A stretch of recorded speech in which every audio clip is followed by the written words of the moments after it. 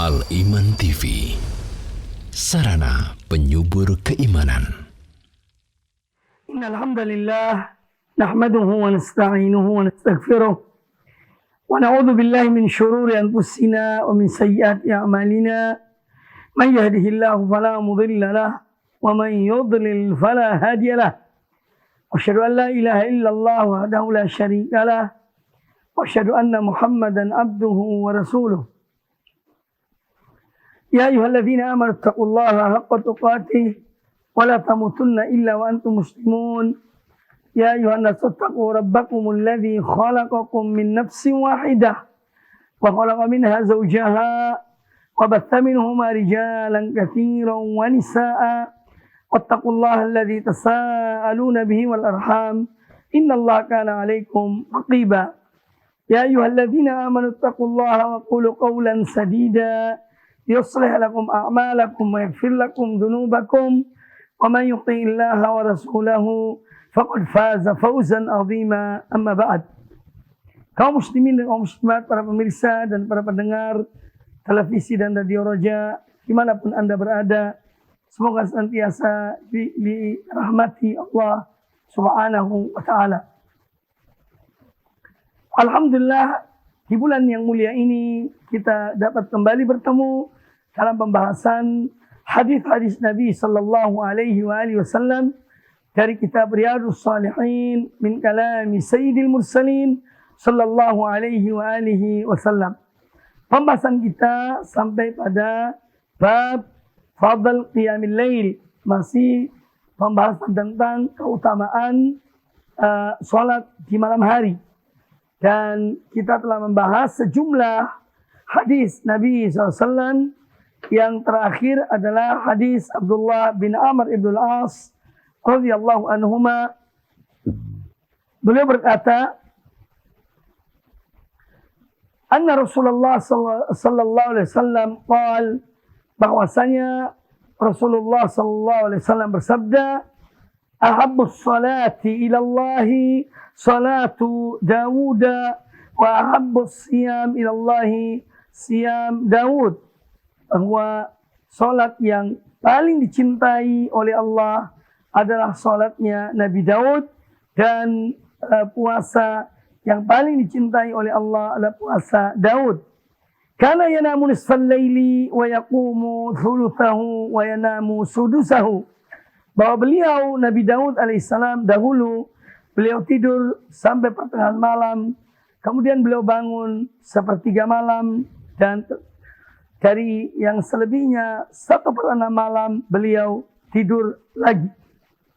Wa yasumu yauman wa yuftiru yauman, dan beliau berpuasa sehari dan beliau berbuka sehari.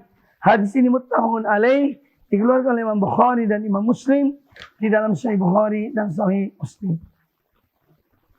Itu hadis terakhir yang kita bahas pada pertemuan yang sebelum ini. Kemudian hadis yang berikutnya, qala al-Imam An-Nawawi rahimahullah taala, wa an Jabir radhiyallahu anhu qala, dan dari Jabir, yaitu Jabir bin Abdullah radhiyallahu anhu, beliau berkata, sami'tu Rasulullah sallallahu alaihi wasallam yaqul, aku mendengar Rasulullah sallallahu alaihi wasallam bersabda, inna fil laili la sa'atan, sesungguhnya pada malam hari itu ada suatu saat, la yuwafiquha rajulun muslimun yas'alullah ta'ala khairan min amri dunya wal akhirah, yang mana pada saat tersebut tidaklah seorang muslim dia memohon pada Allah Subhanahu wa taala suatu kebaikan, baik kebaikan dunia maupun akhirat, bertepatan dengan waktu tersebut, illa a'tahu iya, melainkan Allah akan memberikan, memperkenankan permohonannya. Wadzalika kulla lailatin, dan yang demikian itu terjadi pada setiap malam.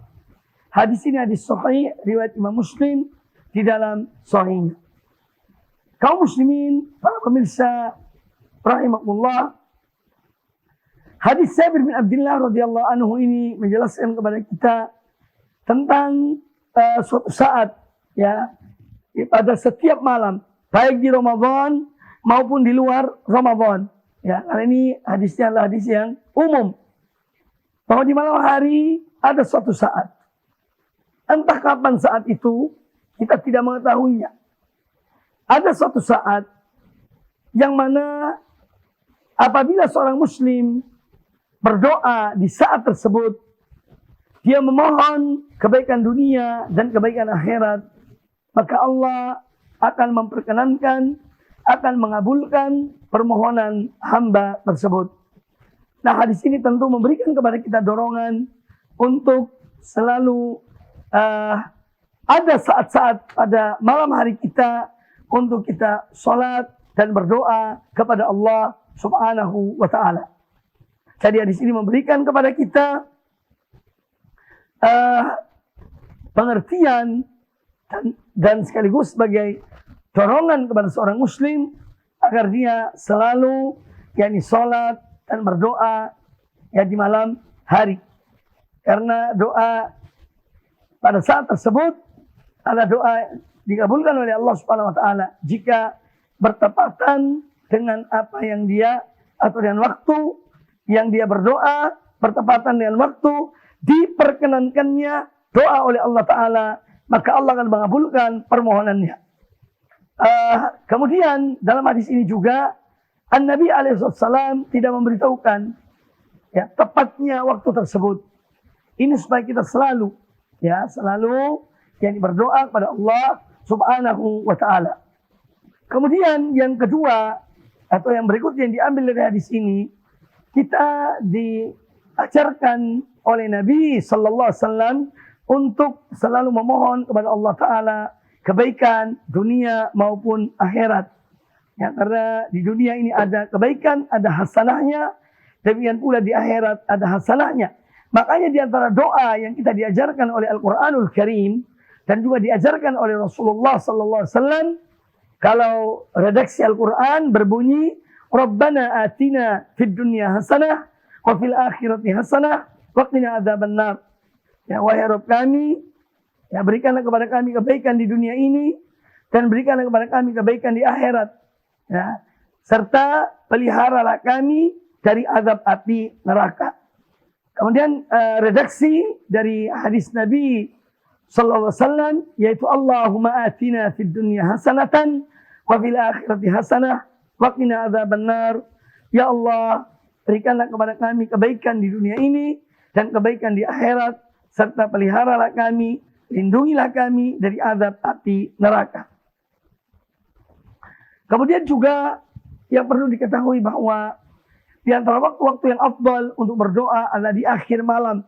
Di akhir malam atau sepertiga akhir dari malam hari. Ya, di saat Allah Ta'ala turun ke langit yang terdekat dengan bumi ini. Kemudian Allah bertanya, apakah ada makhluknya, hamba-hamba yang berdoa, Allah perkenankan. Ada yang memohon, Allah memberikan. Dan ada yang mohon ampun, Allah ampuni. Kemudian juga ada hadis yang lain, yaitu hadis Abu Umamah Al-Bahiliyyi radhiyallahu anhu. Ya, yang mana hadis ini adalah hadis yang baik sanadnya, sebagaimana dikatakan oleh sebagian ulama hadis bahwa qila li Rasulillah sallallahu alaihi wasallam, pernah Rasulullah SAW ditanya, ayyud du'ai asma'u, ayyud du'ai asma'u, doa apakah yang paling didengar oleh Allah Ta'ala, yang paling didengar kemudian tentu dikabulkan oleh Allah Ta'ala. Kata Nabi sallallahu alaihi wasallam, jawful lailil akhir wa dubur as-salawat al-maktubah. Jadi kata beliau bahwa doa yang paling didengar oleh Allah Ta'ala, yang untuk dikabulkan oleh Allah Ta'ala, ada dua waktu. Yang pertama, jawful lailil akhir, yaitu pada pertengahan malam yang terakhir, menjelang subuh. Ya. Kemudian yang kedua, wadubur salawat al-maktubat, pada akhir dari sholat seseorang, yaitu sholat yang wajib. Maka kita dianjurkan untuk berdoa ketika sebelum salam. Di saat kita sholat wajib 5 waktu, hendaknya kita berdoa pada Allah Ta'ala pada saat tasyahud akhir, ya, kemudian sebelum salam.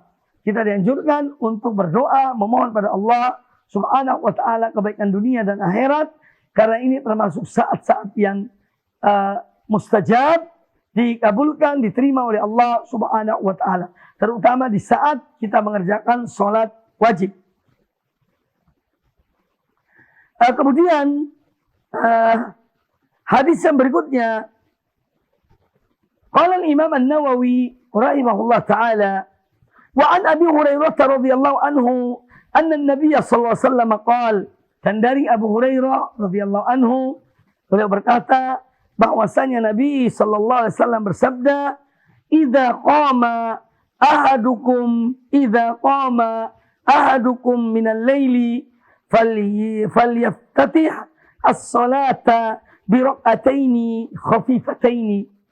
Kemudian dalam hadis yang berikutnya, wa an Aisyah radhiyallahu anha qalat, dan dalam hadis Aisyah radhiyallahu anha beliau berkata, kana Rasulullah sallallahu alaihi wasallam idza qama minal laili, dahulu Rasulullah SAW apabila bangun di malam hari, yakni untuk salat tahajud, iftataha salatahu bi rak'ataini khafifataini, beliau memulai atau mengawali salat malamnya, salat tahajudnya dengan 2 rakaat yang ringan. Nah, dua hadis ini menjelaskan kepada kita, ya, dari hadis Abu Hurairah radhiyallahu anhu dan hadis Ummul Mukminin Aisyah radhiyallahu anha, menjelaskan kepada kita bahwa termasuk salah satu sunnah Nabi alaihi salatu wassalam, ketika beliau akan sholat tahajud, beliau awali dengan 2 rakaat sholat yang ringan, ya, 2 rakaat sholat yang ringan, ya, entah itu sholat apa saja, intinya 2 rakaat yang ringan sebelum seorang sholat tahajud. Ini yang diajarkan atau dilaksanakan oleh Nabi Sallallahu Alaihi Wasallam. Maka kita dianjurkan ketika sholat di malam hari, ketika bangun misalnya, seorang ingin sholat 7 rakaat. Ini misalnya, dia bangun di tengah malam atau menjelang subuh, dia ingin sholat 7 rakaat. Ya. Maka dia hendaknya sholat 2 rakaat dulu. 2 rakaat yang ringan setelah berwudu, kemudian dia tambah 7 rakaat. Atau dia ingin sholat 5 rakaat, maka dia sholat 2 rakaat dulu yang ringan. Ringan itu artinya ya tidak sampai merusak rukun-rukun sholat. Tetapi sholat itu tidak dipanjang-panjangkan. Ini artinya sholat yang ringan. Ya, Allahu Akbar, kemudian baca doa iftitah yang singkat, kemudian baca Al-Fatihah, kemudian baca surat yang pendek, kemudian ruku dan seterusnya. Jadi dia sholat yang ringan 2 rakaat. Baru kemudian dia sholat tahajud yang dia ingin mengerjakannya. Kemudian hadis yang berikutnya, wa anha, dan juga dari Aisyah radhiyallahu anha, beliau berkata, qalat, kana Rasulullah sallallahu alaihi wasallam, bahwasanya atau dahulu Rasulullah sallallahu alaihi wasallam, idza fatatus salat minal lail, kalau beliau itu ketinggalan salat di malam hari. Karena bisa saja beliau tidak salat di malam hari. Karena apa? Min wajain. Bisa jadi, kata Aisyah, karena sakit. Au ghairihi, atau karena yang lainnya, alasan yang lainnya. Maka apa yang dilakukan oleh beliau sallallahu alaihi wasallam, shalla minan nahari thintai asyrata rak'atan. Maka beliau mengerjakan salat, yakni di siang hari, di waktu duha, beliau mengerjakan salat sebanyak 12 rakaat. Hadis riwayat Imam Muslim di dalam Sahih Muslim. Kemudian hadis yang berikutnya, wa an Umar ibn Khattab radhiyallahu anhu qala, dan dari Umar bin Khattab radhiyallahu anhu beliau berkata, qala Rasulullah sallallahu alaihi wasallam, Rasulullah sallallahu alaihi wasallam bersabda, man nama an hizbihi aw an syai'in minhu faqara'ahu fima baina salatil fajri wa salatil dhuhri kutiba lahu ka'annama qara'ahu minal lail. Hadis riwayat Imam Muslim. Barang siapa yang dia tidur di malam hari, padahal dia ini mempunyai bacaan. Artinya seorang misalnya dia selalu mengerjakan misalnya baca Al-Quran. Ya, misal tiap malam dia baca Al-Quran. Tiap malam baca Al-Quran. Entah sebelum tidur atau mungkin bangun dari tidurnya di tengah malam, dia baca Al-Quran. Misalnya dia tentukan dia membaca Al-Quran 1/4 juz. Ya, sekali duduk 1/4 juz kurang lebih 5 halaman. Selalu dikerjakannya. Kemudian pada suatu saat, ya, dia itu tidak mengerjakan amalnya, entah karena tidur atau karena ketiduran atau karena mungkin sibuk, ada urusan-urusan yang urgen yang dilakukannya, maka itu dianjurkan dia itu untuk melaksanakannya membaca Al-Quran yang dia baca setiap malam itu di waktu duha. Dibacanya di waktu duha. Nah ini ya, dia membacanya antara sholat subuh dan sholat duhur. Nah, maka dicatat amalannya itu sama dengan dia mengerjakan di malam hari. Ini hadis Umar bin Khattab. Kita kembali kepada hadis Aisyah radhiyallahu anha tentang Rasulullah sallallahu alaihi wasallam. Beliau itu kalau suatu saat di malam hari beliau tidak sholat karena entah sakit atau karena yang lainnya, maka beliau mengerjakannya di pagi hari. Jadi di waktu duha. Berapa rakaat yang beliau lakukan? 12 rakaat. Maka di sini dianjurkan seseorang itu apabila dia selalu sholat di malam hari, kemudian suatu saat dia tidak sholat di siang hari, di malam hari, maka dia sholat di waktu duha. Ya, setelah terbit matahari setinggi 1 tombak, kemudian dia sholat, dia mengawali sholatnya.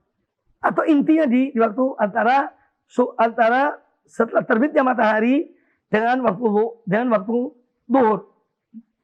Nah, di sini kita melihat bahwa Nabi alaihissalam, karena pada umumnya beliau itu sholat 11 rakaat atau 13 rakaat. Ya, itu di malam hari. Nah, kalau di siang hari, karena beliau tidak mengerjakannya di malam hari, beliau mengerjakan di siang hari, maka beliau menggenapkan rakaatnya. Karena tidak ada witir di siang hari. Sholat witir itu di malam hari. Ya. Jadi kalau Nabi alaihissalam biasanya beliau sholat misalnya sampai 11 rakaat di malam hari. Tapi kalau karena suatu hal beliau tidak mengerjakan sholat tersebut, maka beliau melakukannya di pagi hari. Ya. Di waktu antara duhur dan setelah terbitnya matahari dengan waktu duhur. Beliau mengerjakannya dengan menggenapkan jumlah rakaatnya. Kalau biasanya 11, beliau mengerjakan di pagi hari 12 rakaat. Nah, demikian pula disebutkan oleh para ulama, apabila seorang misalnya dia ini kalau sholat malam 7 rakaat, 2, 2, 2, 1. Atau 2, 2, 3. 7 rakaat. Nah, suatu malam dia ketiduran. Dia ketiduran sehingga dia tidak mengerjakan yang 7 rakaat itu. Yang selalu dia kerjakan. Nah, apa yang dilakukan di pagi hari? Di pagi hari setelah duha, setelah masuknya waktu duha, dia mengerjakan sholat yang tidak dikerjakan di malam hari. Tetapi jumlah rakaatnya digenapkan. Jadi kalau dia biasa sholat di malam hari 7 rakaat, maka di pagi hari dia sholat 8 rakaat. Maka dicatat sama dengan dia itu mengerjakan di malam hari. Nah, ini diantara arahan-arahan ulama tentang orang yang selalu sholat di malam hari dan jumlah rakaat tertentu, ya, rakaat tentu yang dimaksud sini yang ganjil. Karena ada witirnya. Karena suatu saat dia tidak mengerjakannya, maka dia mengerjakannya di pagi hari dengan menjadikan sholat itu genap. Jumlah rakaatnya genap. Jangan diganjilkan. Kalau 7 rakaat di malam hari, tapi karena dia ketiduran, maka dikerjakannya di pagi hari 8 rakaat. 2 rakaat salam, 2 rakaat salam, 2 rakaat salam, 2 rakaat salam. Ini yang disebutkan dari arahan para ulama tentang masalah ini. Kalau seorang misalnya dia tiap malam itu sholat witir 3 rakaat. Tiap malam. Satu saat dia ketiduran. Ya. Sehingga dia tidak mengerjakan witirnya. Maka di pagi hari, di waktu duha, dia sholat 4 rakaat. 2 rakaat salam, 2 rakaat salam. Karena dia biasanya 3 rakaat di malam hari. Adapun kalau di siang hari, maka dijadikan angka itu menjadi genap. Jumlah rakaatnya menjadi genap. Nah, ini yang diambil dari hadis Aisyah Ummul Mukminin radhiyallahu anha. Adapun hadis Umar bin Khattab radhiyallahu anhu, sebagaimana saya jelaskan tadi, orang yang sering membaca Al-Quran, kemudian suatu malam dia itu ketiduran atau suatu hal, mungkin ada keluarga yang sakit, sehingga dia kemudian tidak punya waktu untuk sholat di malam hari itu, untuk membaca di malam hari, maka dia dianjurkan mengamalkannya di pagi hari. Antara terbitnya fajar, ya antara waktu subuh dan waktu zuhur. Ya. Dia baca apa yang dia tidak melaksanakannya pada suatu malam. Nah, ini menunjukkan bahwa kita dianjurkan untuk membaca Al-Quran tiap hari. Kita dianjurkan baca Al-Quran setiap hari. Ya. Sehingga apa? Kita mempunyai amalan yang sehari-harian kita lakukan. Yaitu membaca kitab Allah. Dan ini seyogyanya yang memang kita lakukan. Tapi Allah musta'an, banyak di antara kaum muslimin ya, yang ya terkadang ya lupa membaca Al-Quranul Karim. Atau tidak menyiapkan waktu dalam kesehariannya untuk membaca Al-Quran. Karena apa? Sibuk. Alasannya kerja, alasannya sibuk, alasannya tidak punya waktu, alasannya repot, dan seterusnya. Nah, selama seorang dia itu selalu mengatakan demikian, atau beralasan demikian, maka dia tidak akan bisa baca Al-Quran. Selama dia selalu mengatakan, aku sibuk, aku repot, tidak punya waktu, dan seterusnya, maka selamanya dia tidak akan baca Al-Quran. Nah, oleh karena itu, kita yang harus bisa menyisihkan waktu. Entah itu 1/4 jam, atau setengah jam, atau lebih dari itu, atau kurang dari itu, untuk membaca Al-Quran. Walaupun sedikit. Tapi andainya ada waktu untuk membaca Al-Quranul Karim. Nah, kalau seorang ada suatu hal, dia tidak membacanya, ya maka dia baca di waktu duha, antara terbitnya matahari dengan waktu zuhur.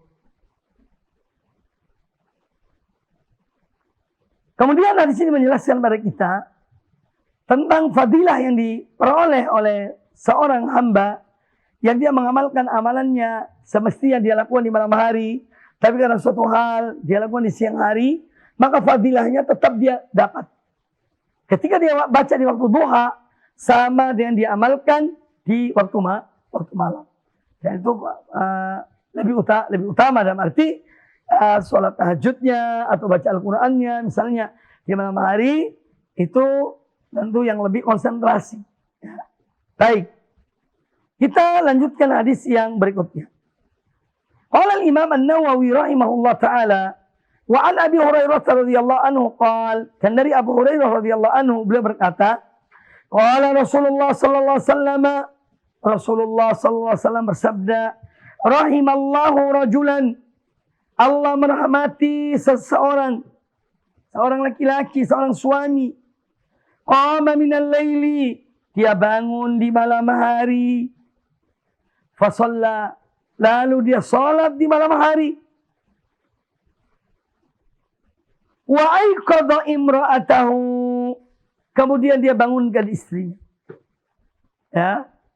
Dia bangunkan istrinya untuk apa? Untuk sholat. Fa'in abad, kalau istrinya enggan, karena ya mungkin tidurnya berat untuk bangun, nabaha fi wajhiha al-ma'a, maka dia percikan air pada wajah istrinya. Dia mercikkan. Memercikkan airnya sedikit. Ya. Dia percikan air di wajah istrinya. Kemudian kata Nabi alaihi salatu wassalam, wa rahimallahu imra'atan, dan Allah merahmati seorang wanita. Allah merahmati seorang istri. Qamat minal laili fasallat, dia bangun di malam hari. Dia salat. Dia bangun di malam hari, dia salat. Wa aiqadat ahlaha, wa aiqadat zawjaha, dan dia bangunkan suaminya. Ya, dia bangunkan suaminya. Fa in aba, kalau suaminya enggan, suaminya berat untuk bangun, nadahat fi wajhihi alma, maka dia percikan air pada wajah suaminya. Hadis riwayat Imam Abu Daud dengan sanad yang sahih. Jadi hadis ini hadis riwayat Imam Abu Daud, Imam Nasa'i, Sual Imam Ibnu Majah, ya, dan Imam Ahmad bin Hanbal. Hadis tentang seorang suami yang bangun di malam hari, dia sholat, kemudian dia bangunkan istrinya. Kalau istrinya enggan, dipercikan air pada wajahnya. Jangan sebaliknya. Seorang wanita yang dia bangun di malam hari, dia sholat, kemudian dia merasa, kemudian dia bangunkan suaminya. Ya, kalau suaminya enggan, maka dipercikan air pada wajahnya. Ya. Ini Allah merahmati orang yang demikian. Nah, di dalam hadis ini ada banyak pelajaran yang bisa kita ambil. Di antara pelajaran-pelajaran yang diambil dalam hadis ini, yang pertama adalah bahwa rumah tangga itu saat untuk membentuk sebuah keluarga. Keluarga yang sakinah, mawaddah, warahmah. Arti rumah tangga itu adalah suatu bangunan, di sana dibina, diproduk sebuah keluarga. Ya, keluarga yang tentu diharapkan keluarga yang Islami, keluarga yang taat pada Allah dan pada Rasulnya. Nah, di dalam membentuk rumah tangga ini, keluarga ini adalah kita atau dua atau anggota keluarga itu memerlukan satu hal yang amat penting, yaitu at-ta'awun 'alal birri wat taqwa. Tolong menolong dalam berbuat baik dan bertakwa. Kalau ada hal ini, dan ini juga sebagai satu sendi dari kehidupan rumah tangga seorang muslim, yaitu adanya ta'awun, tolong menolong, bahu-membahu antara anggota keluarga. Ya, hadis ini memberikan kepada kita pelajaran tentang kita dianjurkannya untuk saling kerjasama, ta'awun dalam hal kebaikan, dalam hal ketakwaan, ya, dalam rumah tangga kita. Kemudian yang kedua ini ambil dari hadis ini, ya, bahwa dianjurkan sholat di malam hari. Sholat di malam hari memang sangat dianjurkan. Sholat di malam hari kita dianjurkan. Kemudian yang ketiga ini ambil dari hadis ini bahwa yang diambil dari hadis ini bahwa satu amal terkadang itu untuk menjadi sebuah kebiasaan yang sampai pada sebuah kenikmatan itu hendaknya diawali dengan semacam memaksa. Dari mana diambil tentang ada semacam memaksa ketika ingin membiasakan suatu amal, ya, yaitu dari apa yang disebutkan oleh Nabi Sallallahu Alaihi Wasallam, dari suami atau istri yang mana ketika dibangunkan dia enggan, maka dia percikan air pada wajahnya. Ini ada semacam memaksa, ya. Disadari atau tidak, ya, perlakuan memercik air ke wajah seorang istri atau suami ini ada semacam memaksakan. Karena memang betul suatu amal perbuatan itu, pertama itu kadang-kadang seorang memulainya dengan semacam memaksakan dirinya untuk memulai. Dari semacam memaksakan diri kita untuk memulai suatu amal yang baik itu, dia nanti meningkat kepada kebiasaan, kepada keterbiasaan. Ya, sudah terbiasa. Kalau sudah terbiasa, nanti dia meningkat lagi kepada amal itu akan menjadi sesuatu yang dia ketika mengerjakannya merasa nikmat dan mengerjakannya. Dan kalau dia tinggalkan, merasa seakan-akan ada sesuatu yang kurang dalam amalannya. Ini tahapan dalam melakukan suatu amal yang mana dimulai dengan semacam memaksakan diri kita untuk melakukan amal tersebut. Kemudian dari pemaksaan tadi itu kepada pembiasaan. Dari pembiasaan nanti sampai pada puncak, seorang merasakan nikmatnya ibadah kepada Allah Subhanahu wa Ta'ala. Ya, ibadah kepada Allah Subhanahu wa Ta'ala. Nah, di sini tentang pelajaran yang diambil dari hadis ini. Kemudian juga pelajaran lain, ya, yang keempat yang diambil dari hadis ini tentang suami yang soleh dan istri yang solehah. Apabila terbentuk dalam sebuah rumah tangga suami dan istri yang soleh, solehah, maka insya Allah juga akan melahirkan anak-anak yang soleh dan solehah. Maka peran orang tua penting, karena orang tua baik ayah maupun ibu sebagai contoh teladan di dalam rumah tangga. Kalau mereka memberikan contoh yang baik, maka insya Allah akan diikuti oleh anak-anaknya.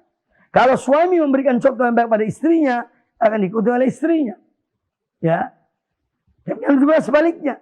Kadang-kadang ada suami, dia terpengaruh oleh perbuatan baik istrinya. Kalau istrinya selalu baik, kemudian dia akan juga mengerjakan kebaikan itu. Karena terpengaruh oleh istrinya. Karena memang hidup ini saling mempengaruhi. Satu dengan yang lainnya. Entah disadari atau tidak. Ada semacam saling mempengaruhi. Makanya, kalau pengaruh itu baik, maka itu akan baik.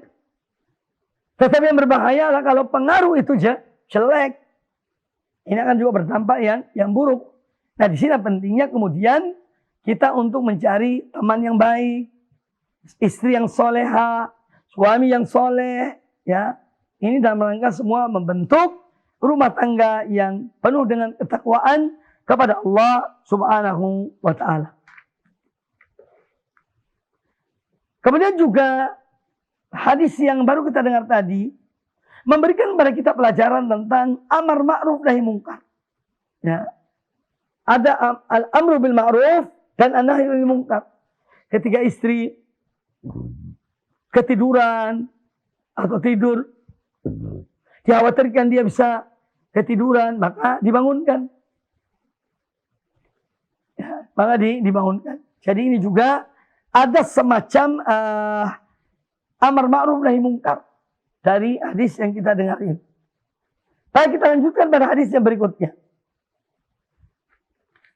Qala al-Imam An-Nawawi rahimahullah taala wa anhu, yani juga dari Abu Hurairah radhiyallahu anhu, wa an Abi Sa'id Al-Khudri radhiyallahu anhu, dan juga dari Abu Sa'id Al-Khudri radhiyallahu anhu, qala, mereka berkata, Abu Hurairah dan Abu Sa'id berkata, qala Rasulullah sallallahu alaihi wasallam, Rasulullah sallallahu alaihi wasallam bersabda, idza aiqadha ar-rajulu ahlahu minal laili, kalau seorang suami dia bangunkan istrinya di malam hari, fasallaya, kemudian mereka salat, atau shalla rak'ataini, atau salah satu dari antara mereka salat 2 rakaat jami'an, secara berjamaah, kutiba fid dzakirina wadz dzakirat, maka mereka dicatat termasuk hamba-hamba Allah yang banyak berzikir dari golongan laki-laki dan golongan perempuan.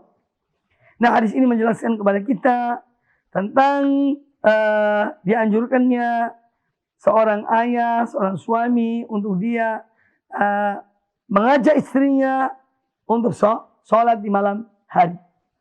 Ya. Dan ini dibolehkan juga dalam hal ini menurut kami tentang sholat berjamaah ya, antara suami istri. Ya. Meskipun kadang-kadang ditinggalkan sholat masing-masing. Tapi hadis ini menunjukkan bolehnya suami dan istri ketika sholat di malam hari tahajud atau witir mereka lakukan secara berjamaah. Ya, ini hal yang dibolehkan. Kemudian hadis yang berikutnya. Wa an Aisyah radhiyallahu anha qalat, dari Aisyah radhiyallahu anha beliau berkata, anna Nabi sallallahu alaihi wasallam qala, bahwasanya Nabi sallallahu alaihi wasallam bersabda, idza na'asa ahadukum fis shalah, apabila salah seorang di antara kalian ngantuk ketika dia salat, falyarqud, maka hendaknya dia tidur. Hatta yadhhaba anhu naum, sampai hilang ngantuknya. Fa inna ahadakum idza shalla wa huwa na'isun, karena sungguhnya seorang di antara kalian kalau dia salat dalam keadaan ngantuk, la'allahu yadhhabu yastaghfir fa yasubba nafsahu. Dia khawatirkan dia ingin beristighfar, tapi karena ngantuk dia maki-maki dirinya. Jadi ini satu hal yang merupakan rahmat ya dari agama kita ini terhadap umatnya. Nabi alaihissalam mengarahkan kepada kita. Ketika seorang bangun di malam hari. Untuk apa dia bangun di malam hari? Untuk sholat. Kemudian dia berwudu, dia sholat. Tapi ketika sholat dia ngantuk. Sampai-sampai dia tidak tahu apa yang diucapkannya. Dia tidak tahu apa yang dibacanya. Maka sebaiknya dia tidur. Ya. Jangan lanjutkan. Tidur. Sampai dia betul-betul sudah hilang ngantuknya. Ya. Baru kemudian dia bangun, dia wudu, kemudian sholat. Karena apa? Kekhawatiran. Seorang maunya minta ampun pada Allah Ta'ala, ternyata apa?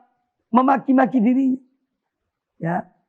Memaki mengata-ngatai dirinya sendiri. Padahal dia yang diinginkanlah mohon ampun pada Allah. Dia ingin istighfar pada Allah Ta'ala. Tapi karena ketika dia sholat dalam keadaan ngantuk, maka hanya yang keluar dari lisannya adalah hal-hal yang tidak sepatutnya. Kemudian hadis yang terakhir dalam bab ini, qala Imam An-Nawawi rahimahullah taala, Imam An-Nawawi rahimahullah berkata, wa an Abi Hurairah radhiyallahu anhu qala, dan dari Abu Hurairah radhiyallahu anhu beliau berkata, qala Rasulullah sallallahu alaihi wasallam, Rasulullah sallallahu alaihi wasallam bersabda, idza qama ahadukum minal laili, apabila salah seorang di antara kalian bangun di malam hari, yakni bangun untuk sholat di malam hari, fastajamal Qur'anu ala lisanihi, namun ketika dia membaca Al-Quran, ketika dia sholat, membaca Al-Fatihah, membaca surat, yaitu dia sulit keluar dari lisannya karena ngantuk, ya.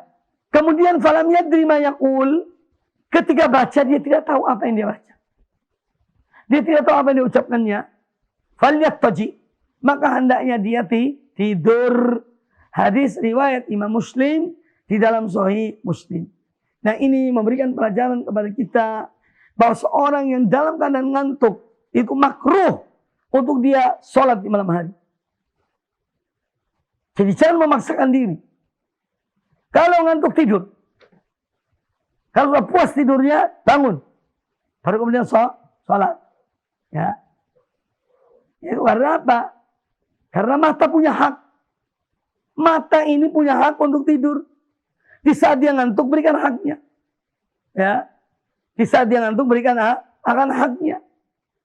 Ya, setiap sesuatu ada haknya. Ya, maka berikan setiap yang berhak akan haknya. Kemudian juga dimaksud dengan sholat di malam hari yang disebut dalam hadis ini, yaitu dia ingin untuk bertafakkur, dia ingin untuk zikrullah, dia ingin untuk berpikir tentang ciptaan Allah Ta'ala. Ya, maka kalau dia dalam keadaan ngantuk, ini tidak akan terwujud apa yang dia inginkan. Maka dari itu dianjurkan oleh Nabi alaihissalam, kalau seorang dalam keadaan ngantuk, dia bangun di malam hari ingin sholat tapi ngantuk, lanjutkan tidurnya. Ya, sampai dia betul-betul pulas tidurnya, baru kemudian bangun dan sholat.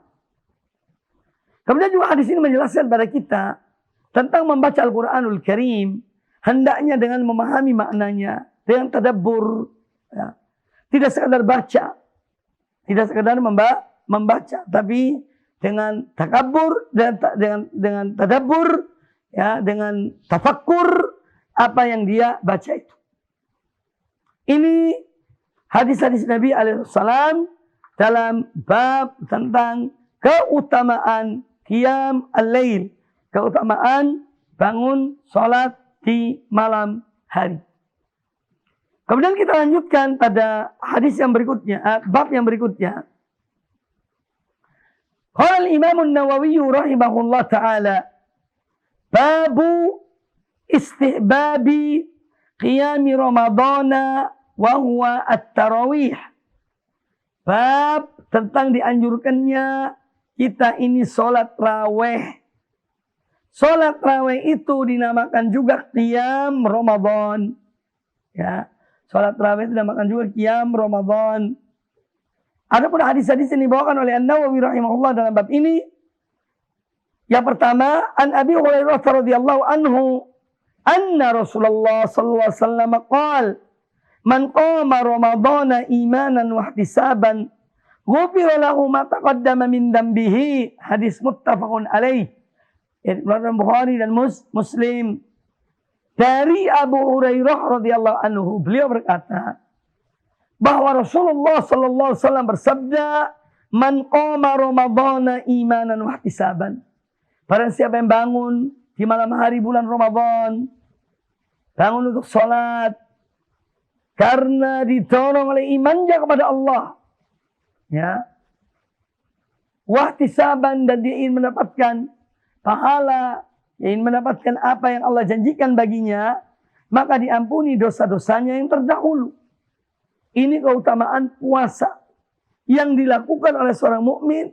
Ini keutamaan sholat di malam hari di bulan Ramadan, sholat taraweh, yang mana seorang betul-betul ikhlas kepada Allah Ta'ala dalam mengerjakan qiyam Ramadan tersebut. Jadi qiyam Ramadan itu nama lainnya adalah sholat taraweh. Dan itu lebih masyhur.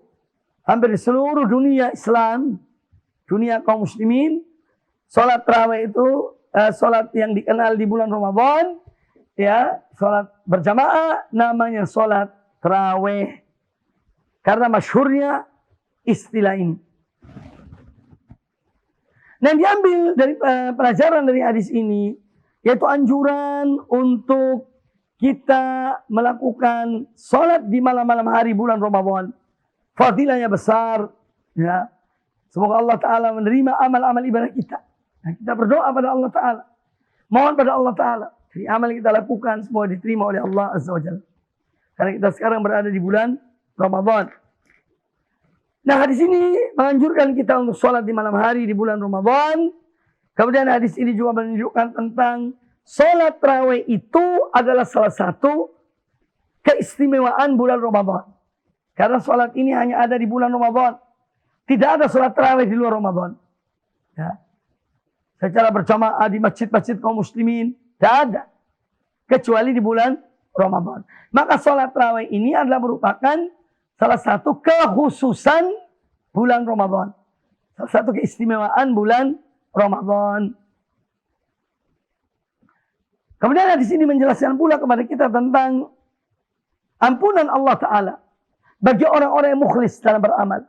Betul-betul dia mengharap, dia ikhlas dalam beramal ibadah kepada Allah Ta'ala. Kemudian dia juga ingin sesuatu dari Allah Ta'ala.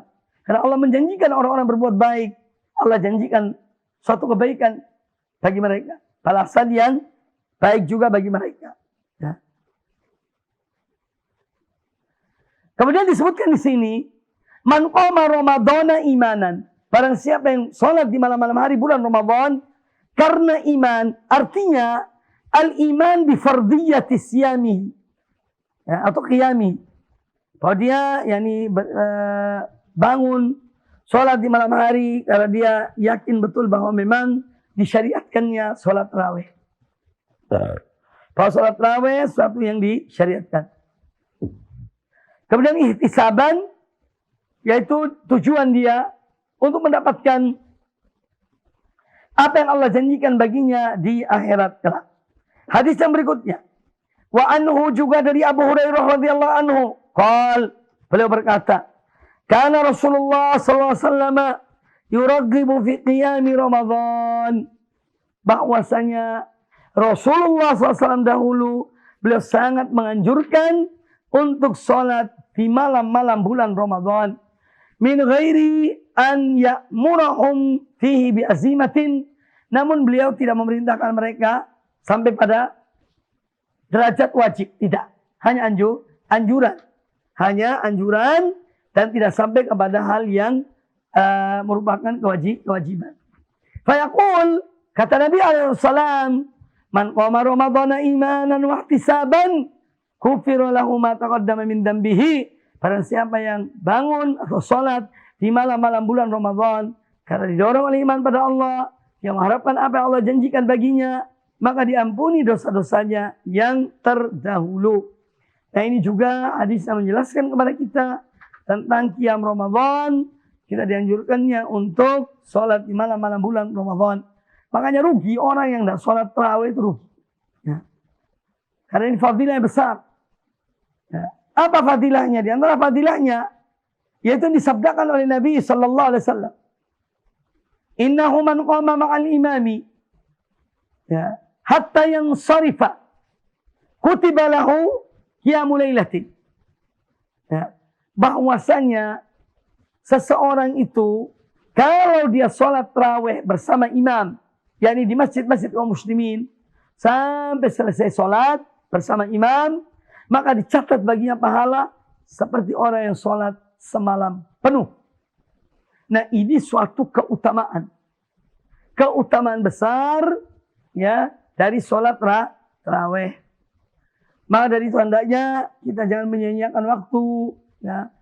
Sholat tarawih ini sholat yang setahun sekali. Ya, setahun sekali. Maka dari itu marilah. Jangan remehkan, jangan gampangkan.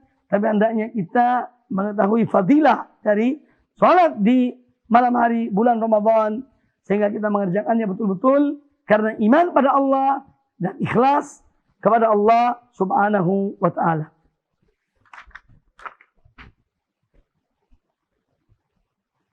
Kemudian bab yang berikutnya.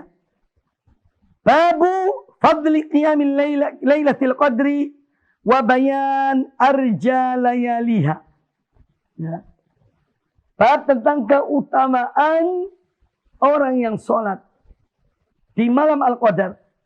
Nah, pada Lailatul Qadar. Dan penjelasan tentang kapan Lailatul Qadar itu. Yang jelas bahwa ada hikmah besar ketika Allah dan Rasulnya sallallahu alaihi wasallam tidak menentukan atau memberitahukan pada kita kapan malam Al-Qadar itu terjadi. Ya, ini hikmahnya besar. Supaya kita giat bangun pada 10 malam terakhir bulan Ramadan. Ya, supaya kita giat dalam bangun sholat, ibadah pada 10 malam terakhir bulan Ramadan. Minimal adalah tanggal-tanggal witirnya. Tanggal ganjilnya. Malam 21, malam 23, malam 25, malam 27, dan malam 29. Ya. Ini yang diharapkan betul-betul terjadi Lailatul Qadar itu pada salah satu dari malam-malam ganjil itu. Entah malam 21, atau malam 23, atau malam 25, atau malam 27, atau malam 29. Ya. Ini sangat diharapkan terjadi malam Al-Qadar itu. Tapi kita tidak tahu kapan. Dan para ulama menyebutkan malam Al-Qadar itu bisa berubah-ubah juga. Ya, kadang-kadang atau tahun ini misalnya jatuh pada tanggal 23. Nanti tahun depan pada tanggal yang lain lagi, tanggal 27 misalnya. Jadi malam Al-Qadar itu dirahasiakan oleh Allah Subhanahu wa taala supaya umat ini bersemangat beribadah pada Allah taala. Karena Lailatul Qadar adalah yang disebutkan dalam Al-Qur'anul Karim tentang malam Al-Qadar. Allah menyebutkan, menurunkan satu surat khusus tentang malam Al-Qadar. Inna anzalnahu fi lailatul qadar. Sesungguhnya kami turunkan Al-Quran ini pada malam Al-Qadar. Wa ma adraka ma lailatul qadar. Tahukah kalian? Tahukah kamu apakah malam Al-Qadar itu? Lailatul qadri khairun min alfi syahrin. Malam Al-Qadar itu lebih baik, lebih mulia dari 1000 bulan. Ya. Seorang yang beribadah pada malam itu, dan ibadah-ibadah yang dilakukannya sama dengan dia mengerjakan lebih dari 1000 lebih baik dari 1000 bulan, kurang lebih 80 tahun. Maka jangan sia-siakan untuk malam-malam ganjil di bulan Ramadan pada 10 malam terakhir bulan Ramadan. Kemudian juga Allah Ta'ala menyebutkan tentang malam Al-Qadar ini dalam surat Ad-Dukhan ayat yang ketiga. Surat Ad-Dukhan ayat ketiga. Inna anzalnahu fi lailatul qadar. Sungguh, maaf, Allah Ta'ala berfirman, wa ma adrak, inna anzalnahu fi lailatin mubarakah. Sesungguhnya kami turunkan Al-Quran ini pada suatu malam yang penuh keberkatan. Ya, suatu malam yang penuh keberkatan. Jadi kita dianjurkan untuk berupaya menghidupkan malam Al-Qadar. Paling tidak ya 5 malam itu. Malam 23, 21, 23, 25 dan 27 dan 29. Adapun hadis-hadis Nabi alaihissalam yang disebutkan dalam bab ini, yang pertama adalah qala al-Imam An-Nawawi rahimahullah taala wa an Abi Hurairah radhiyallahu anhu anin Nabi sallallahu alaihi wasallam qala, dari Abu Hurairah radhiyallahu an, dari Nabi sallallahu alaihi wasallam beliau bersabda, man qama lailatal qadri imanan wa ihtisaban ghufira lahu ma taqaddama min dambihi. Barang siapa yang bangun di malam Al-Qadar karena iman dan mengharapkan apa yang Allah janjikan baginya, niscaya diampuni dosa-dosanya yang terdahulu. Hadis ini menjelaskan kepada kita tentang keutamaan malam Al-Qadar. Keutamaan Lailatul Qadar. Lailatul Qadar memiliki keutamaan yang besar, ya, di sisi Allah Subhanahu wa taala. Kemudian hadis ini juga memberikan pelajaran kepada kita tentang keikhlasan dalam beramal. Amal ini harus diikhlaskan karena Allah Subhanahu wa taala. Amal yang tidak diikhlaskan ditolak oleh Allah Ta'ala, tidak diterima. Maka itu marilah kita berupaya dalam mengerjakan amal-amal ibadah yang kita dianjurkan atau diwajibkan oleh Allah Ta'ala dan Rasulnya, hendaknya betul-betul ikhlas hanya untuk Allah Subhanahu wa Ta'ala. Kemudian hadis yang berikutnya, wa an Ibni Umar radhiyallahu anhuma qala, dari Abdullah bin Umar radhiyallahu anhuma beliau berkata, anna rijalan min ashabin Nabi sallallahu alaihi wasallam, ada sebagian dari sahabat-sahabat Nabi sallallahu alaihi wasallam, ya, uru lailatul qadar fil manami fis sab'i al-awakhir. Mereka para sahabat itu diperlihatkan malam Al-Qadar, yaitu mereka diperlihatkan dalam mimpi tentang malam Al-Qadar. Kapan malam Al-Qadar itu? Yaitu pada 7 malam terakhir bulan Ramadan. Faqala Rasulullah SAW, maka Rasulullah bersabda, ara ru'yakum tawatu'at fi sab'il awakhir. Aku melihat bahwa mimpi-mimpi kalian tentang Lailatul Qadar itu kok pada sama mimpinya. Kapan terjadinya? 7 hari terakhir di bulan Ramadan. Waman kana mutaharriha falyataharraha bis sabil awakhir. Maka barang siapa yang dia ingin mencari malam Al-Qadar itu, hendaknya dia mencarinya pada 7 malam terakhir bulan Ramadan. Nah, hadis ini menjelaskan kepada kita tentang keutamaan para sahabat. Mereka adalah orang-orang yang beriman pada Allah dan Rasul-Nya. Mereka diberikan kelebihan oleh Allah, ya. Dalam Al-Quran disebutkan, demikian pula dalam hadis-hadis Nabi Sallallahu Alaihi Wasallam tentang keutamaan para sahabat, yang mana mereka bertemu dengan Nabi SAW. Kemudian mereka adalah orang-orang yang semangat dalam beribadah pada Allah Subhanahu Wa Taala.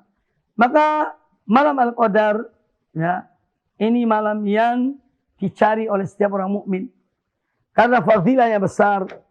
Malam Al-Qadar itu jangan digambarkan dengan hal-hal yang aneh-aneh.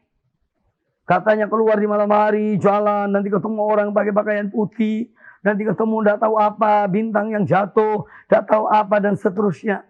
Ya, ini semua, ya, tidak ada landasannya. Orang yang ingin mendapatkan malam Al-Qadar, ya beribadah di malam itu.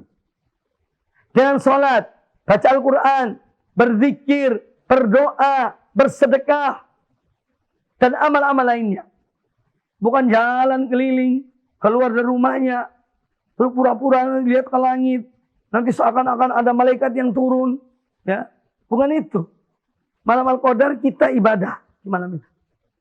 Ya, kalau sedang itikaf di masjid, duduk di masjid, baca Al-Quran, baca zikir dan yang lainnya. Kalau capek, istirahat. Ya. Jadi jangan salah paham tentang malam Al-Qadar, karena ada sebagian masyarakat yang gitu. Mereka keluar, kamu kok keluar ya nyari malam Al-Qadar? Kok nyari? Malam Al-Qadar duduk, baca Quran, ibadah di masjid atau di rumah.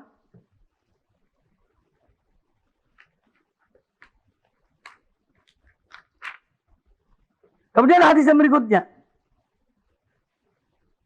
Wa anha juga dari Aisyah radhiyallahu anha. Dari Aisyah radhiyallahu anha.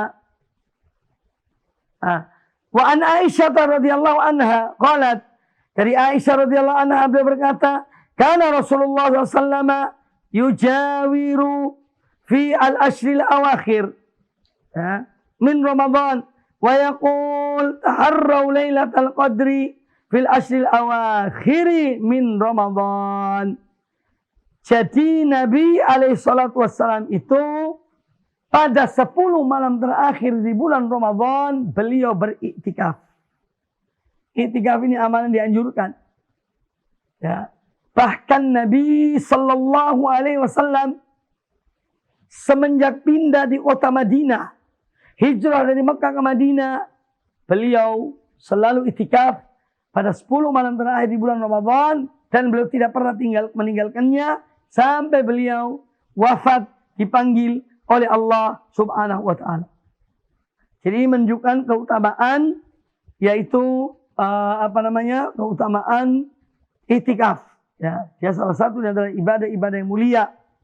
Ya, iktikaf itu boleh dilakukan atau dilakukan di masjid yang ada sholat Jumatnya.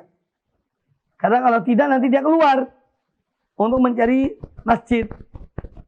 Ya, maka maka iktikaf adalah ibadah berupa berdiam diri di masjid.